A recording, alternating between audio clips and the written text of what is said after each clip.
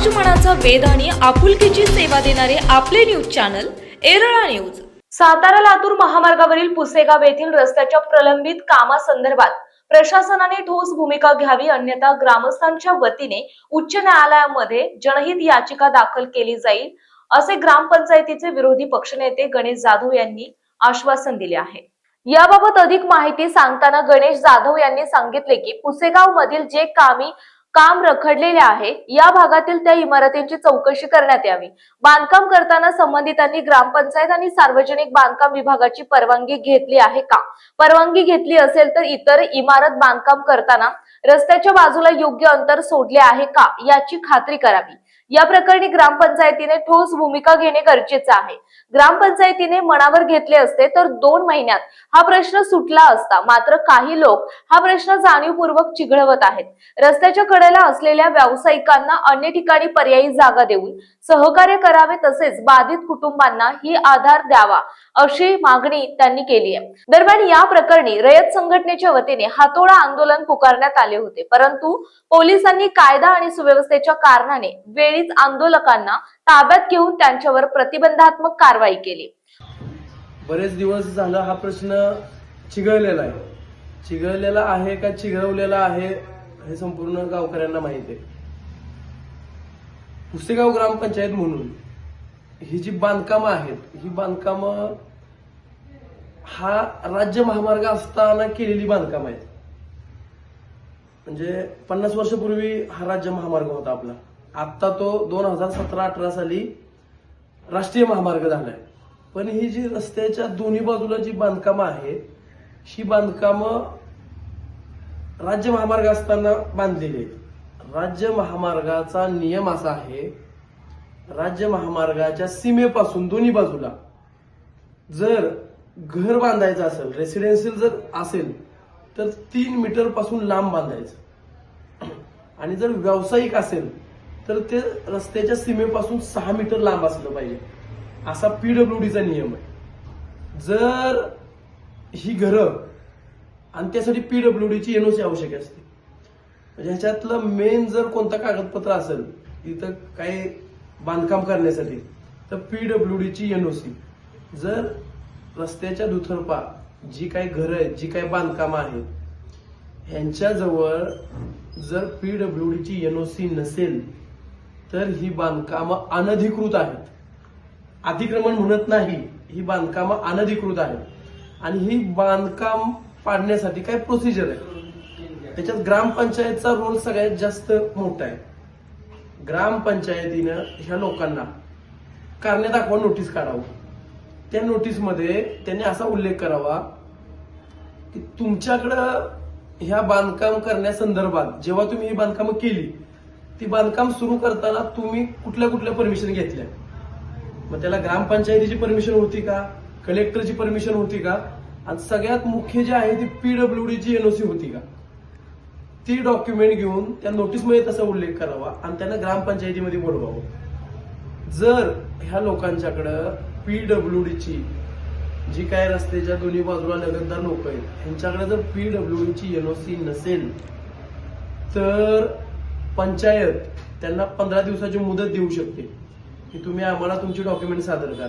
जर त्यांनी ती डॉक्युमेंट सादर केली नाही, कुठल्या एनओसी सादर केल्या नाही, तर पंचायत तसा अहवाल कलेक्टर ऑफिसला, प्रांत ऑफिसला आणि तहसील ऑफिसला पाठवू शकते की हा राज्य महामार्ग असताना, म्हणजे आता हा राष्ट्रीय महामार्ग आहे, जेव्हा ह्यांनी बांधकामं केली त्यावेळेला हा राज्य महामार्ग होता। राज्य महामार्ग असताना ह्यांनी कोणतीही परमिशन न घेता सदरची बांधकामं केलेली आहेत, तरी तहसीलदार असेल, प्रांत असेल, कलेक्टर साहेब असतील, त्यांनी त्याच्यावरती कारवाई करावी। आणि त्या संदर्भात जर पुसेगावमधील राहिलेलं एक 100%पैकी 80-85% काम राष्ट्रीय महामार्गाचं झालेलं आहे। 10 ते 15% काम फक्त राहिलेलं आहे।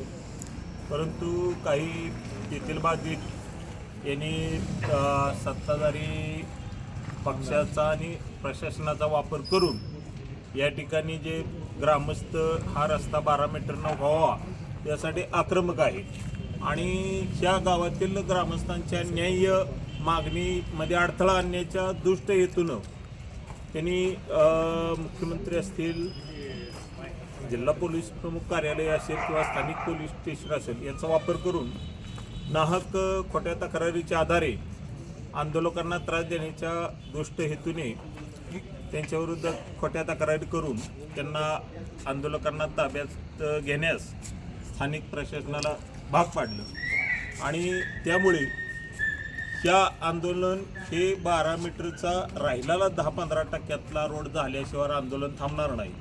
तेथील काही जे संबंधित व्यक्ती आहेत त्यांचं संपूर्ण बांधकाम हे बेकायदेशीर आहे.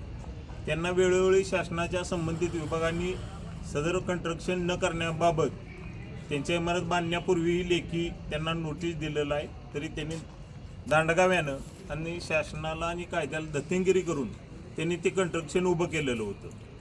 त्यामुळे त्या बांधकाम मुळातच बेकायदेशीर आहे. त्यामुळे शासनानं पाडलं किंवा अन्य कोणी पाडलं तर तुमच्या इमारतीच अनलिगल आहेत. कुठल्याही शासनाच्या वेगवेगळ्या विभागाची परवानगी घेतलेली नाही.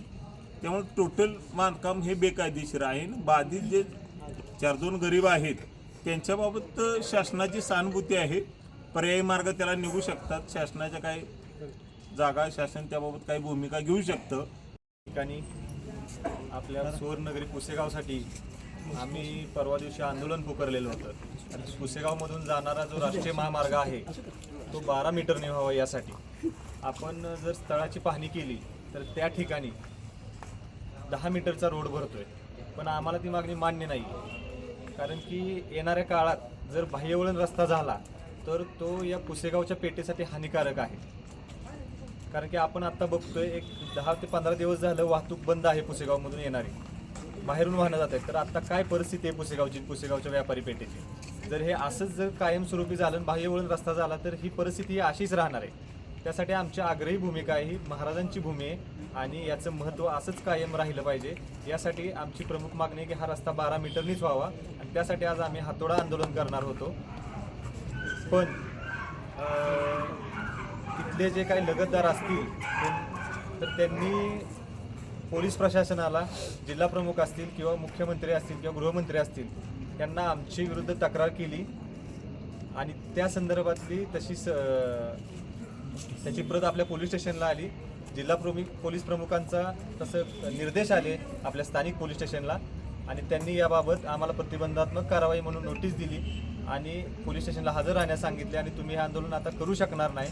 याबद्दल आमची प्रांताधिकाऱ्यांचीही चर्चा झाली. त्यांनी परवा या संदर्भात मीटिंग लावलेली आहे आणि यातून मार्ग काढण्याचे त्यांनी आम्हाला आश्वासित केलेले आहे आणि त्यानुसार आमची एकच भूमिका आमच्या संघटनेची यापुढे राहणार आहे की सदरचा रस्ता हा 12 मीटरनेच व्हावा आणि आपल्या पुसेगावचं भविष्य कसं उज्ज्वल होईल आणि व्यापारपेठ जास्तीत जास्त मोठी होईल या दृष्टीने आमचे प्रयत्न राहतील. धन्यवाद. प्रतिनिधी गणेश घाडगे. आपल्या भागातील महत्त्वाच्या बातम्या पाहण्यासाठी आजच आमच्या एरळा न्यूज चॅनलला यूट्यूबवर सबस्क्राईब करा आणि बेल आयकॉन प्रेस करा.